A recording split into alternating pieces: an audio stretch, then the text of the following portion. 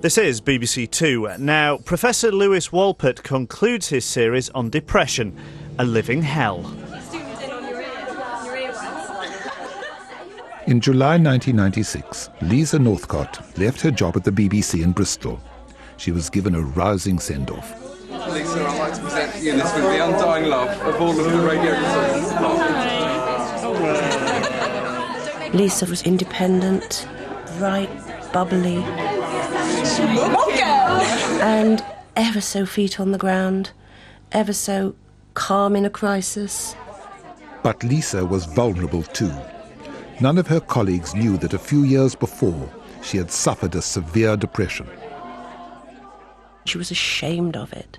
She didn't want anybody to know she had it. She said she would rather have a physical illness than this. Now, Lisa was off to France to learn the language and to broaden her career prospects. This is my lucky cork, not my lucky day. It's my lucky cork, and I'm going to take this with me to France so that I have lots of luck. But 7 months later, Lisa would be dead.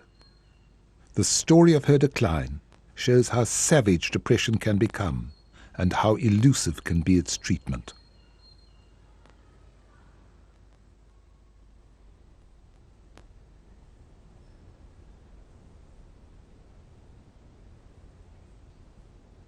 It was a Monday morning about 7 o'clock. The phone rang. We were in bed, and I answered, and she said that she was feeling very poorly, and she was worried that her depression had come back again. And I said, well, if you're really worried, Lisa, then what you must do is come home. But Lisa felt unable even to leave her room, so her parents drove to France and brought her home. She continued to sink. She became very, very distressed, very anxious. She screamed, and she would break things. She'd even throw things around, including me. She developed a strength from quite a small person. She was very, very strong, and very, very difficult to handle. It was awful.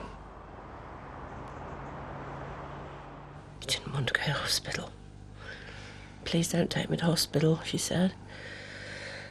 I didn't want to take her to hospital, but in the end, we persuaded her by saying that they would help her to sleep.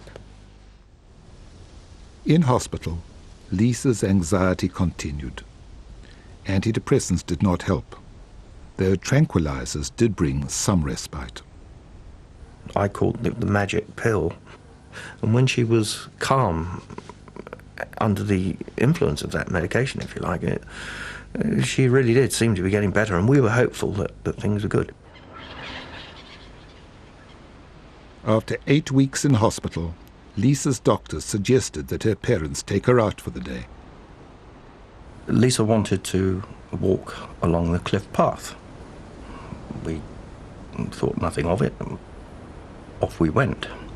And on our way back, I turned around and I saw Lisa running towards the cliff edge. I shouted at the top of my voice to stop. I ran through the undergrowth down a very steep slope.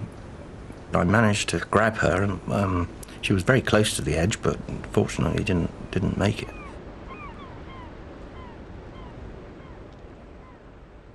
We told the medical team about the incident on the cliff, but the consultant was adamant that suicide was not a risk.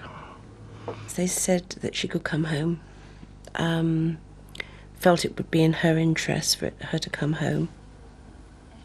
Guy and Heather had their misgivings, but after a few erratic days at home, Lisa seemed calmer. Her grandmother then invited the family to supper. She said, I'm not going. I don't feel hungry. I'll have a bath, I'll wash my hair, and I'll go back to bed and read or something. You go. We had one of the quickest meals I think we've ever had. We came back immediately after. The door was still locked, of course, and all the lights were on in the house. But my heart sank because the window in the hall was open, and I knew that she'd gone.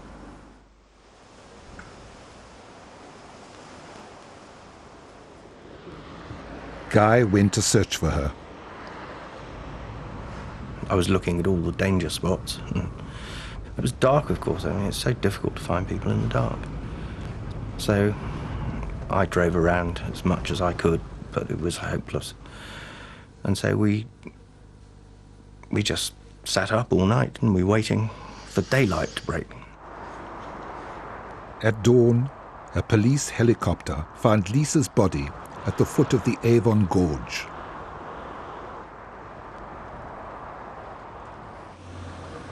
Responding to a formal complaint against the hospital by Lisa's parents, an independent adjudicator found the treatment she had received was appropriate. But the hospital did admit misjudgments in assessing the risk of suicide and in encouraging Lisa to go home.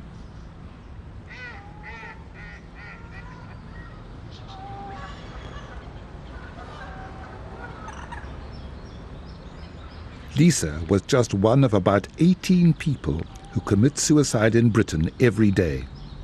Most are depressives. Before my own depression, I used to think a jog in the park was enough to dispel a black mood. How wrong I was! My depression was so intense, I thought I would never be cured.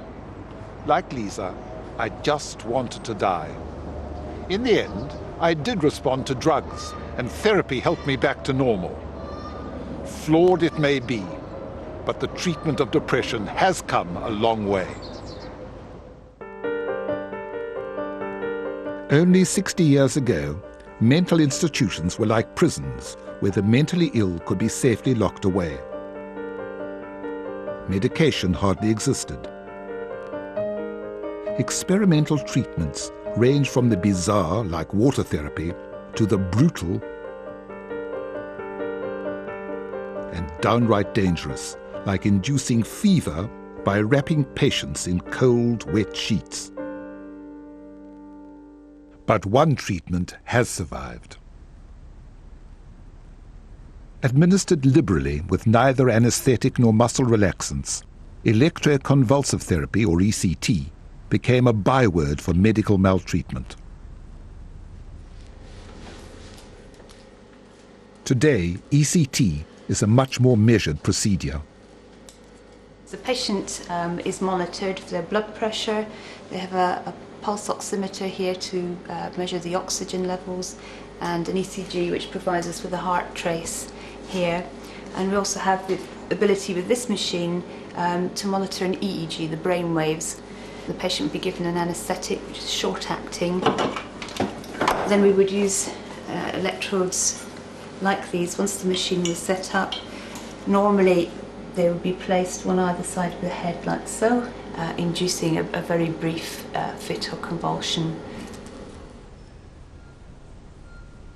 Nowadays, ECT is used as a last line of defence against depression. I was put on various drugs, but I wasn't getting anywhere. And then it was suggested to me whether I'd like to have a course of ECT. Everything was explained to me in detail. I was given a leaflet to go away and read. You sign a consent to have the treatment done, but at any stage during that treatment you decide that you've had enough. That contract, if you like, is not binding. For others, the experience of ECT can be traumatic. Like Christine, Mo Hutchinson's depression did not respond to drug treatment. The doctor, fearing she might attempt suicide, gave her an ultimatum. Now look, he said, you're either going to have ECT with your consent, or I'm going to section you under Section 3 and I'm going to force you to have ECT. And I just felt that if I was going to have this wretched treatment that I really didn't want, I was going to do it on my terms, really, and I wasn't going to be forced to have it. So I said, OK then. You lie on a trolley and get pushed into the room where it happened. You get an injection and go to sleep. You're only out for, I suppose, for about 5 minutes. And then when you come round, there's a nurse there asking you if you'd like a cup of tea. I couldn't remember anybody's name. I didn't know whether they were nurses or patients. I didn't know where my bed was.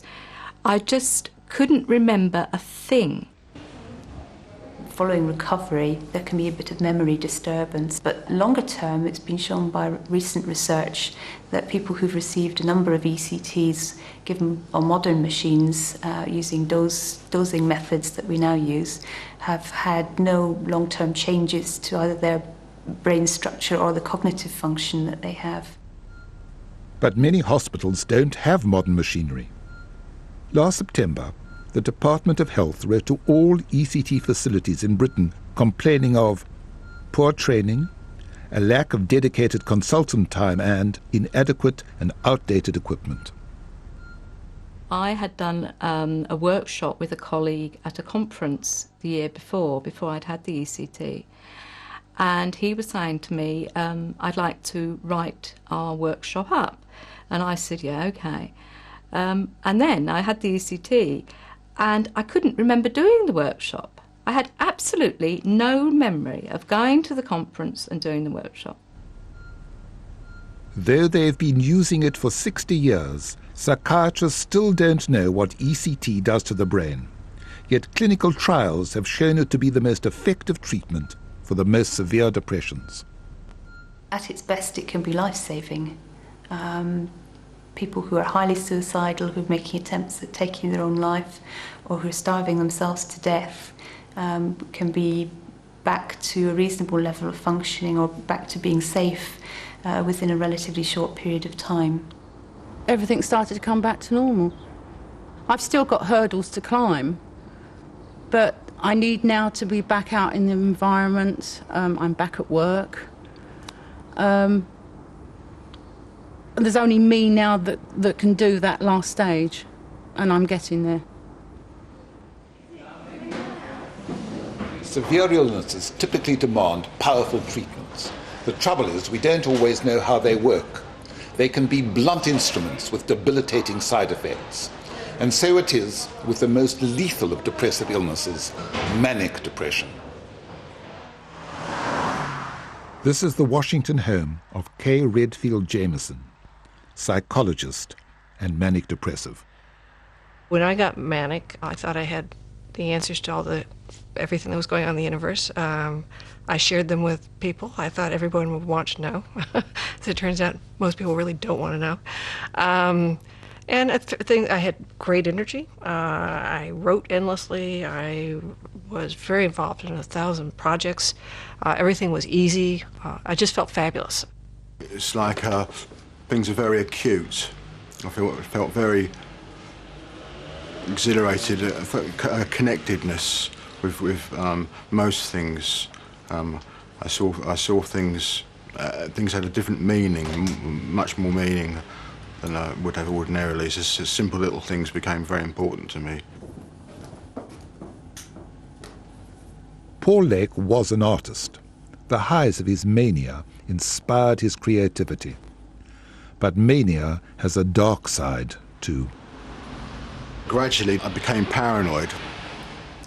I entered a state where everything, from birds singing to cars, to certain movements, everything was connected. And I seemed like I couldn't separate myself from it. I couldn't detach from it.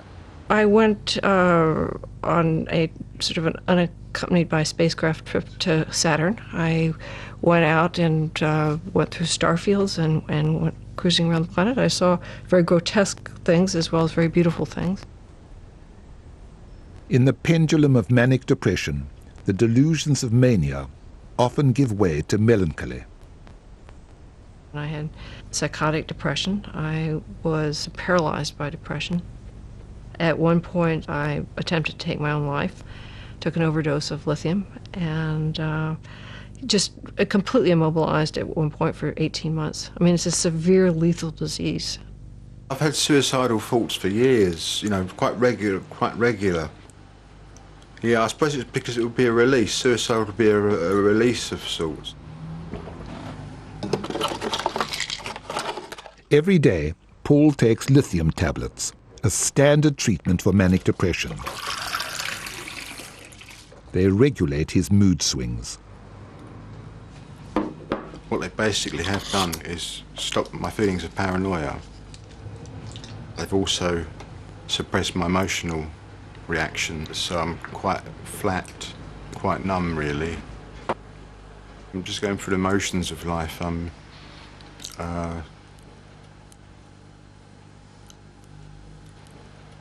I don't have any creative urges at all, really. I don't have any. No, I just don't have any. Yeah. I do crosswords. I literally do crosswords. I'm obsessed with crosswords. That's what I do. It's happened me all day, till 3 o'clock in the morning. Yeah, it's sad, yeah.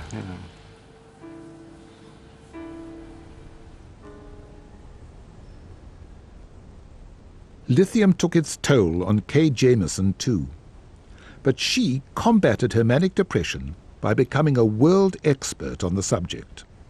She's learned how to regulate her lifestyle and her medication. I'm still on lithium, and I don't have any side effects at the moment now because I'm at a lower level. But it took me a long time to make that kind of decision. It was very difficult. How important is it for manic depressives to take medication? I think it's vital. The illness doesn't go away. The natural course of the illness, left untreated, is, if anything, to get worse over time. So that if you stop taking your medicine, it's just going to come back, and sometimes come back in a worse form. So it's dangerous not to. The common route to treatment for depression is via the family doctor. In the average waiting room, 1 in 5 patients is depressed, but many either don't realize it or find it hard to talk about, and their doctor has little time to win their confidence. Morning, Amanda. How are you? Morning, Dr. Manning. I have your post here for you and some messages. Thanks very much. Lewis, hello. Nice to see you. Come along, let me show you in the room. Dr. Chris Manning specializes in the day-to-day treatment of depression. Yes, you do. 10 minutes may be all you've got, but at least it's a start. And if you can give somebody the feeling that actually you're interested in what they're saying rather than blocking it, then you're likely then to have another consultation.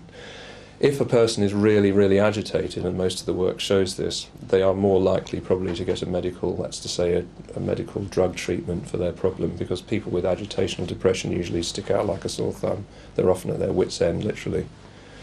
So is it antidepressants the standard treatment for depression? It would be an option that a lot of us would grasp, because it's the quickest option is to give somebody a prescription. But I mean, the fact that, you know, a very small number of those scripts even get as far as the chemist shows that people at that point really aren't interested unless they've actually bought into what you're talking about. You mean sorry, that's a surprise.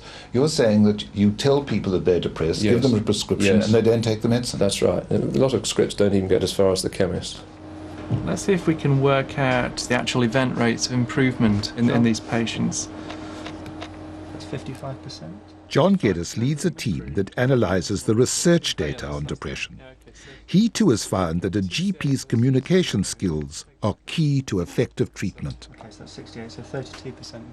Some studies suggest that the response rate to antidepressant treatment can be increased by giving people information and a clear treatment plan, and sometimes a further consultation with a psychiatrist, so that the person isn't just getting the drug, but they're also getting an information package about the treatment itself, and then getting a much clearer description of what they can expect. And that seems to be quite important for people who are suffering from depression. If you just give a patient an antidepressant with no clear explanation, patients often feel they're being palmed off. It's not surprising that people resist taking drugs that impact on their brains, but antidepressants often do speed recovery. When I was in hospital, I was prescribed drugs that worked for me. Seroxat. After taking them for about 3 weeks, my suicidal feelings began to subside. And after a couple of months, I once again began to feel positive both about myself and my future.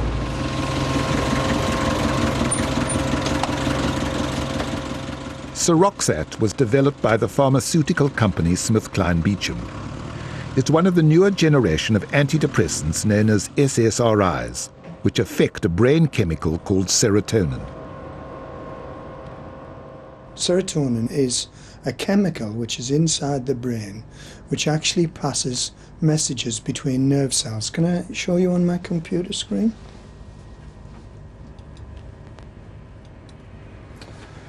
So when the nerve impulse passes down a nerve, it causes the release of serotonin, which is normally stored at the nerve ending. And the serotonin is released into a small gap between two nerve cells, which is called the synapse. And then it floats across this synapse and interacts with another nerve, which then carries across the message. Scientists speculate that in depression, levels of the chemical messenger serotonin are lowered. Most antidepressants act to raise levels of serotonin. But still nobody knows whether low serotonin is a cause of depression or just a symptom. Would it be fair to say that we really are at a pretty primitive stage of understanding depression? That's absolutely correct. I mean, we start with a hypothesis that it's something to do with serotonin levels in the brain, and that if you elevate those, you get an antidepressant effect. But that's as far as we've got at this stage. That's an honest admission, given that SmithKline Beecham sell over £1 billion worth of antidepressants a year. But their lack of knowledge is not from lack of effort. Like their rivals, they spend a fortune searching for new and better treatments. For every 10,000 or so compounds that we synthesize, only one of those compounds will end up as a drug.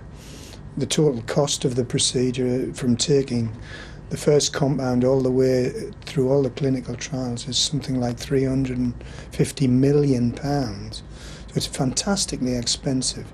Zoloft is an effective antidepressant that is well tolerated. Maintenance therapy with Zoloft prevents relapse. To recoup their costs, the pharmaceutical companies invest heavily in marketing their products. The European Psychopharmacology Conference in Paris brings together 6,000 psychiatrists and clinical researchers. Almost all have had their airfares, hotel bills, and conference fees paid by the drug companies. Were you sponsored by a drug company to come here? Do I need to answer? Yes. You don't have to say which one. Yes, I am. I am sponsored with one of the pharmaceutical industries. Yes, I am. And do you spend all your time in the conference, or are you also able to see a bit of Paris? I plan this afternoon off to go to Paris. Why have you come here? I mean, I come here at the invitation of SmithKline Beecham for both professional and social reasons. At conferences like this, it's the drug companies who do the serenading. But without their funding, the search for new drug treatments would grind to a halt. If there wasn't company money behind the education, science, and progress in psychiatry, I wouldn't be here, which wouldn't be a big thing, but there wouldn't be education, research, and science made, for example, in my country, in Hungary, or in other Central European countries. As for the fact that it's sponsored by drug companies, if it wasn't, I think the meeting just couldn't take place because research groups, universities don't have the money to host this sort of a meeting. This is now a similar set of factors which actually maps very much the findings of the literature. The lectures explore the latest research in neurological disorders. but they are poorly attended. Endogenous depression, for example. There's more activity around the drug company stalls with their glittering presentations and free gifts, all in the cause of promoting the virtues of their own brand of antidepressant. Edronax is useful for the treatment of depressed patients who primarily are lacking in energy and motivation. Nifazodone is a very effective antidepressant, particularly with patients who have depression with associated anxiety. When you stop taking Prozac and you're better, you don't have any reaction after you've been taking the medication. Zoloft is very effective in depressives as well as a number of other disorders. So it's effective in a whole wider range of patients. The drug companies are keen to claim their antidepressant is somehow special. But no matter how much they spend on marketing, will not change one startling finding. No one of the antidepressant drugs on show here works better than any of the others. There are 37 antidepressants on sale in Britain, ranging from the cheaper tricyclics to the newer SSRIs. They have been tested over and over again in controlled trials where half of the volunteers are given the antidepressant, the other half are given a placebo, a fake pill normally made of sugar. When you compare tricyclic antidepressants versus SSRIs, there really isn't any major difference in effectiveness, and it looks as if around 60% of patients will derive significant benefit from the drug. On the other hand, you have to consider that when you compare the active treatments, the active antidepressants against placebo, which is just a sugar pill, about 30 to 40% of those patients get better, which is really quite a lot just on their own. So the active ingredient of the antidepressant is probably adding about another 20 to 30% to the recovery rate.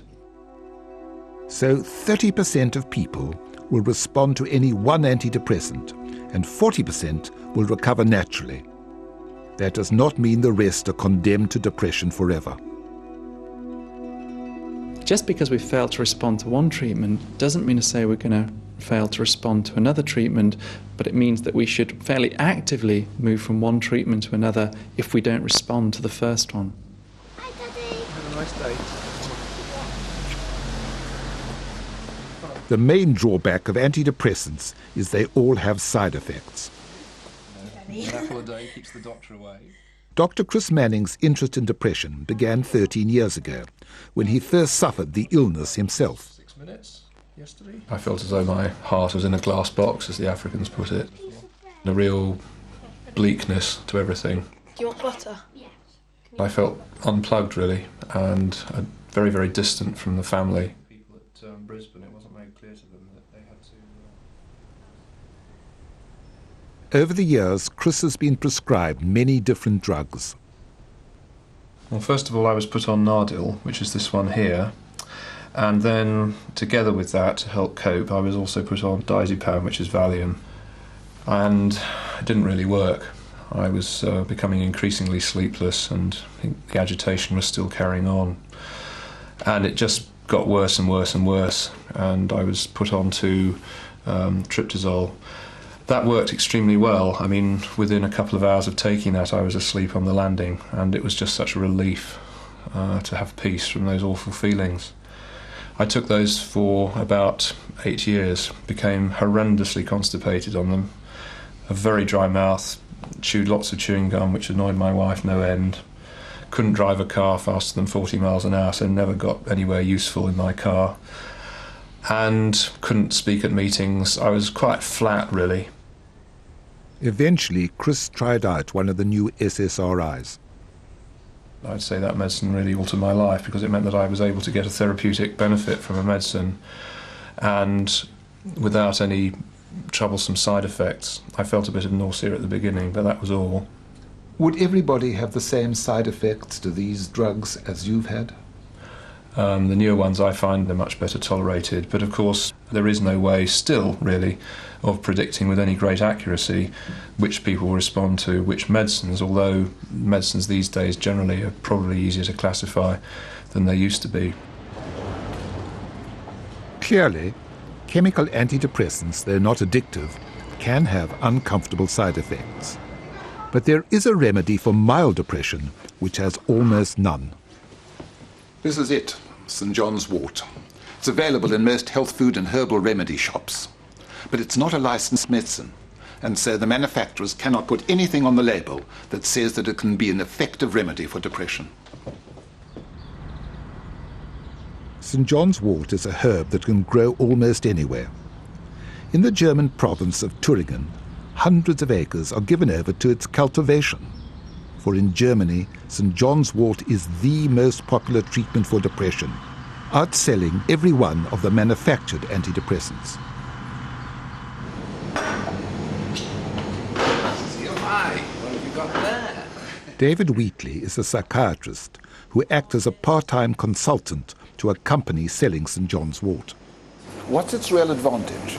Its real advantage is the virtual complete lack of side effects. Now, in depression, there's always a lag period, 2 to 3 weeks before the drug starts to work. But with the chemical antidepressants, of course, the side effects occur straight away, and the depressed patient often wants to give up. They have no desire to continue, and they'll stop treatment. But this, of course, doesn't happen with St. John's wort. How do you really know that it's as effective as other antidepressants? Well, there have been a number of clinical trials against standard drugs showing it's equally efficacious to them. There's a lot of scientific evidence. Why isn't it used more by GPs? The thought of a herbal preparation, which is uncontrolled and you're not too sure of its constituents, is anathema to many doctors. It's the way they've been taught. And of course, it's not all that well known in scientific circles. GPs don't always read some of the scientific medical journals. Antidepressants treat the brain. Therapy treats the mind. Sigmund Freud maintained that depression was caused by repressed anger invading the subconscious.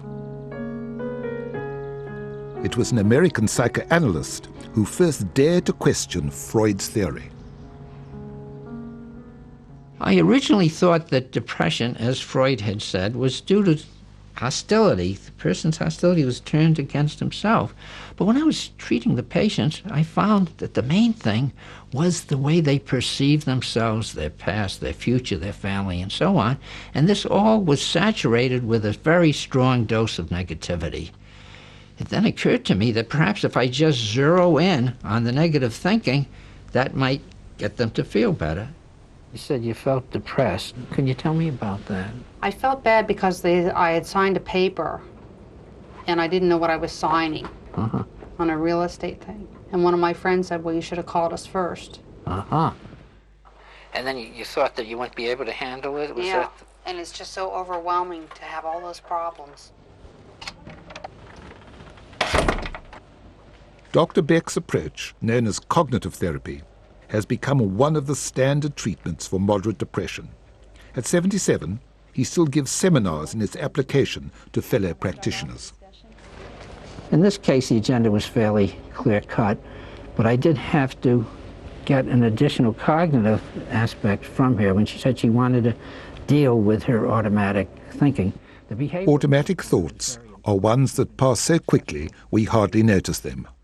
In depressives, they are invariably negative.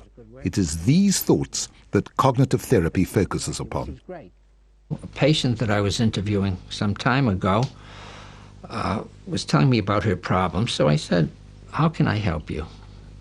And all of a sudden, her face turned to gloom. And I said, what was going through your mind right then? And she said, oh, I thought you were telling me that you can't help me.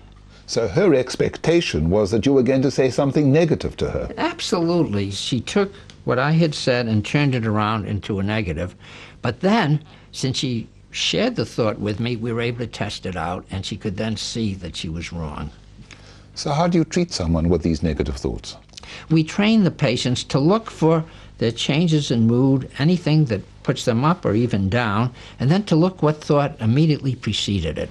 Once they can uncover that thought, then they can, from then on, sensitize themselves so they can pick up the thoughts without even having to experience the sadness that usually follows it. Cognitive therapy certainly helped me. What I found so appealing was how logical it was. My therapist encouraged me to stand back from the dreadfully exaggerated fears that my depression had brought on, and then broke down those fears into small, manageable parts until I could realize that they weren't so overwhelming after all. I had cognitive therapy as an outpatient at the Royal Free Hospital. It took my therapist just 8 weeks to bring my thinking and mood back almost to normal. Kate, I remember one of the important things you told me. You said, look, if you spent all day at home just doing relaxation exercises, that's fine by me. And that was sort of a tremendously encouraging permission to relax. Kind of liberated you. It did liberate from me. the tyranny of the shoulds and oughts. I ought to be doing this, I should be doing that. People, when they're depressed, often accuse themselves of being lazy and not doing things. It allowed you to say, look, I'm not being lazy if I don't do this. I'm doing what my therapist tells me to do. And this is going to be good for me in the long run. And then the big breakthrough came for me when I was terrified, really anxious about going back to the first committee meeting that I'd been to for something like 2 to 3 months because I totally pulled out of work. And what you said is, let's imagine you at the meeting. Yes, it was taking you through it in imagination, wasn't it? Yes. We take each step as it goes. What happens if this happens? And in the end, what it turned out to be was that you were frightened of was if you couldn't cope with the meeting, what would happen? We tried saying, well, what was the worst thing that would happen? And the worst thing, in fact, was that you'd have to leave the meeting. What was so awful about that? Everybody knew you'd been ill, so that was no catastrophe if you had to walk out. I know it looks so commonsensical and simple now, but it wasn't like that at the time, I must say. It was really, for me, a very, very big step. When I recall the darkest days of my depression, I realize that without treatment, I would probably have taken my own life.